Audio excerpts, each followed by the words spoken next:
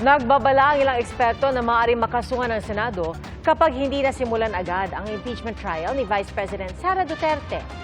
Saksi, si Tina Panganiban Perez. Sa mungkahing timetable ni Senate President Chis Escudero, sa Hulyo pa sisimula ng impeachment trial ni Vice President Sara Duterte. We are acting on it prudently. We are not rushing, but neither are we delaying. Pero babala ngayon ng ilang eksperto sa konstitusyon, posibleng maharap sa mga kaso ang Senado kung hindi agad simulan ng impeachment trial. Nakasaad kasi sa konstitusyon na ang impeachment trial shall forthwith proceed o agad-agad mangyari pagkatanggap ng Senado sa Articles of Impeachment. I don't agree that it should be postponed to July. They violated or did not follow constitutional mandate. They're accountable. So someone can file a case against the senator judges? I think so. Simulan nila. Kahit hindi matapos, at least mas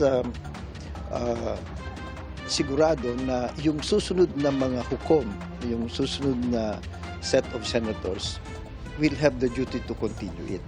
Pangamba pa ng ilan kung madelay pa ang impeachment trial, baka may bansang makialam para mabago ang opinyon ng mga tao. If they can just capture a presidential that will change foreign policy, di ba?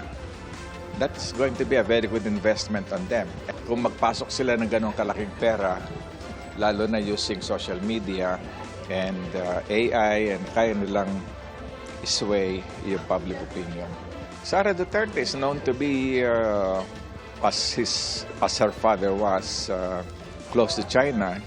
Natalakayan dahil isa sa mga parusa sa mga nahahatulang guilty ay habang buhay na ban sa pag-upo sa gobyerno, bukod sa pagkakatanggal sa pwesto. Kung may iba pang gustong habulin sa bise, pwedeng idaan yan sa ibang kaso.